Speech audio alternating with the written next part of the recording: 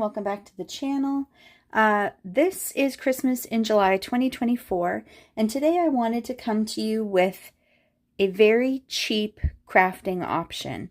I know economy right now is crazy all over the world, so I thought I would share with you a very simple way to create gift tags or artist trading cards. These can also be used for like focal points on Christmas cards or any cards really. So as you can see, I have some very old playing cards.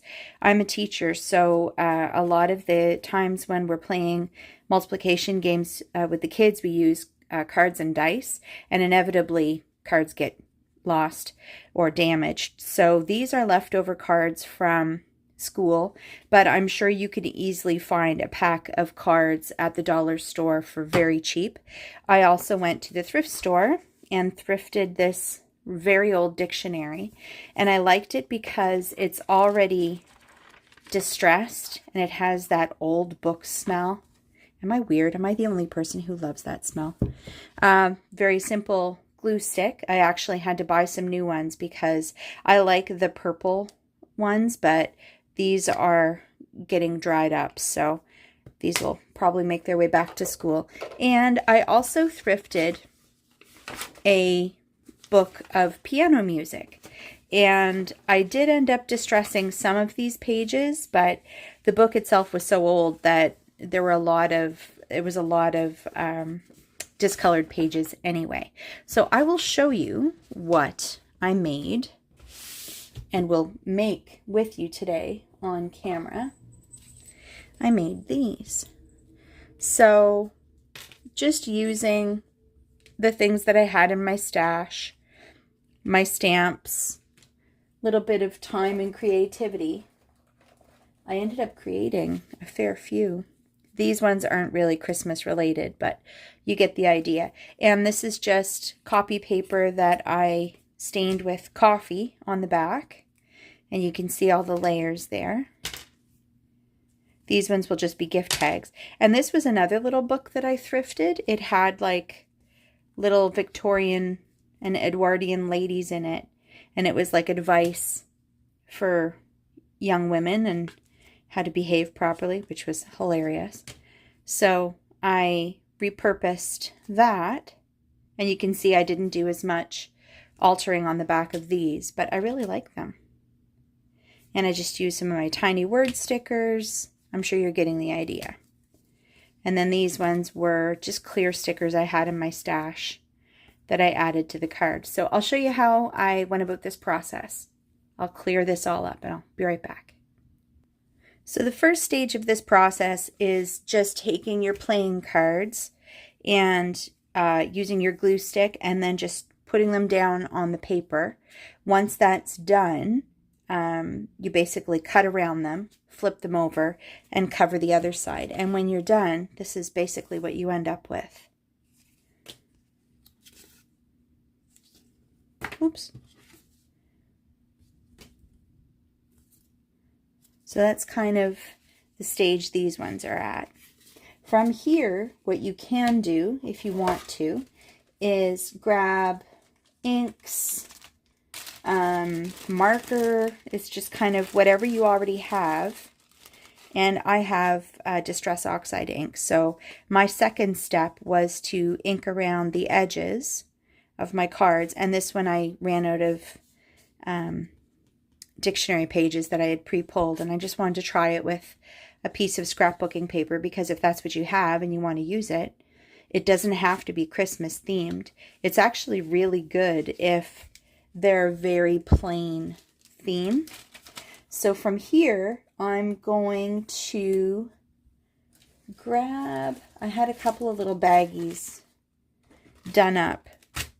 Yeah, so I went through some of my Christmas scraps and die cuts from all kinds of previous projects.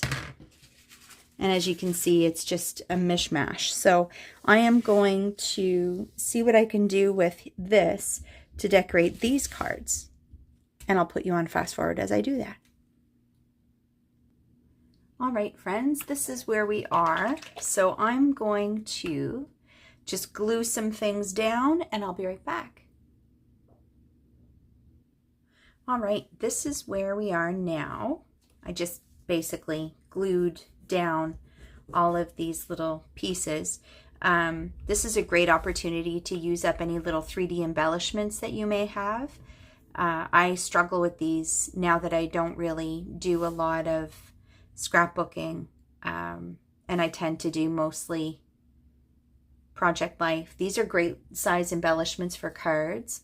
And as I said, you could end up using these little card sizes as the focal point for a card. But yeah, basically now, if you wanted to, you could have inked any of these pieces. It's just as fancy or as simple as you want to get, but they are all missing a word. So I wanted to show you what I did. I grabbed some of my existing Christmas stamps and I just stamped these on little scraps of paper. So now the plan is to cut these apart and then ink around all of the edges and then glue them down. If you have tiny word stickers, this is a great opportunity to use those as well. If you have the Christmas one, even better. Yeah, just if you don't have access to any of those things, you can just create a Word document or like a Google Doc and just have these kinds of things already made, and then you can really mass produce these. So I'll show you kind of what the next step looks like. So this is what the little word strips look like, all separated and inked up. And it's actually almost better if they're uneven. It kind of adds to the antique-y look if things are a little bit jagged. You could even rip these apart if you wanted to, but I'm going to glue these down and then I'll do these and I'll be back. So there's one card, more or less done, and the other card, more or less done. So I'm going to set these aside, and of course it's going to go even quicker if you've got sticker books or anything like that. I might use this little guy. And of course, the sticker is too big for what I want it for, so don't be afraid to alter your supplies to make them work for you.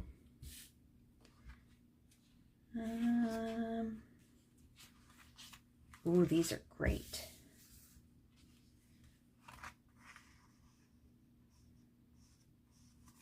I like the Seasons Greetings again.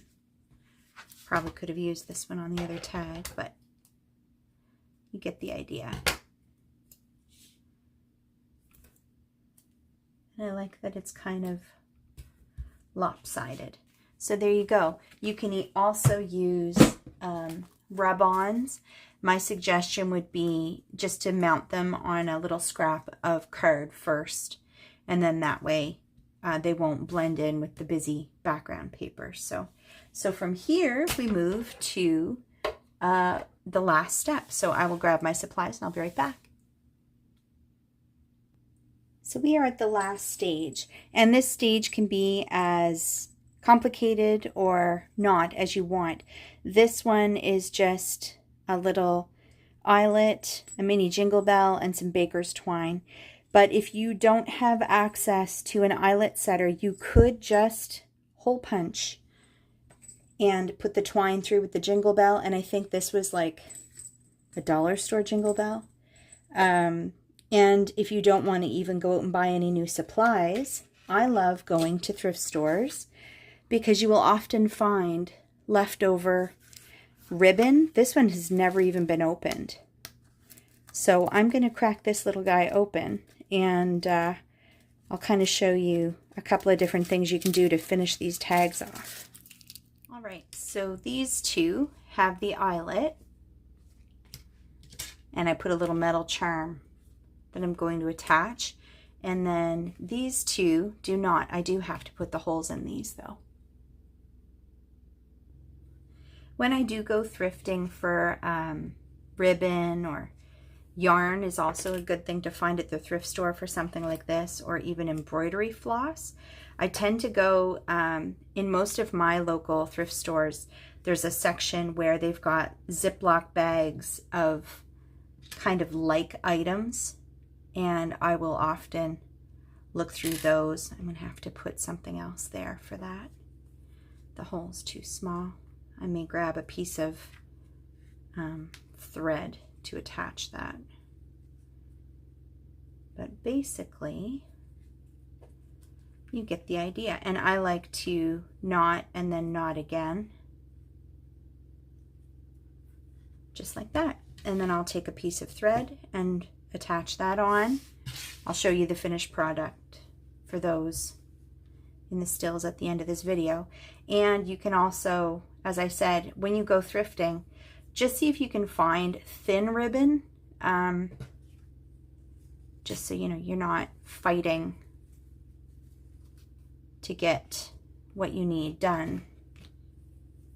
But basically, this whole project altogether, I think, cost me $5, not including my scraps and the stickers. Just the base materials was about $5, because the cards I got for free, the dictionary was $1, the twine was 50 cents, and the piano book was $2. So throw in some glue and that's basically what you've got. So I will finish these up and I'll come on and I'll show you the finished product in a moment.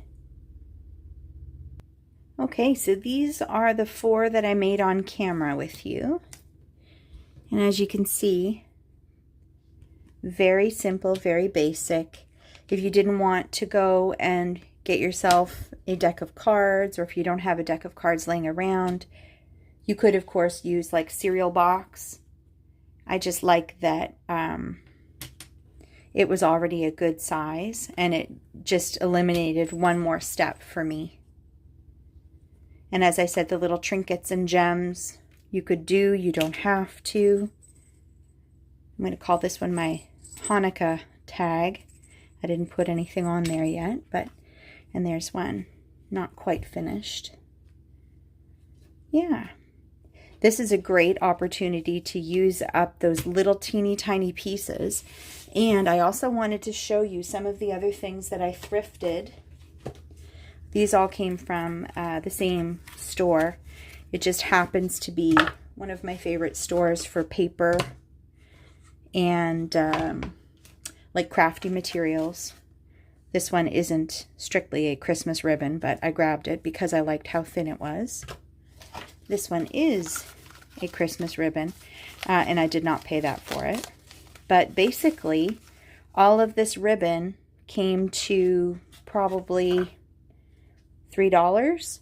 And I also wanted to show you, if you don't want to use baker's twine, you can also grab a bag of thread. It just means you have to double and triple it up. I also grabbed this bag because of the wooden spools. I plan on, once these are done, I have another project in mind. So using mostly thrifted materials, this can be a really good thing for you to do with the kids too.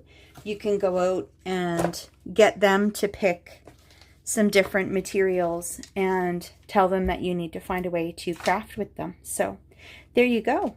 As always, thanks for coming to hang out with me, and I will see you next video. Happy crafting, happy thrifty crafting for Christmas. Bye for now.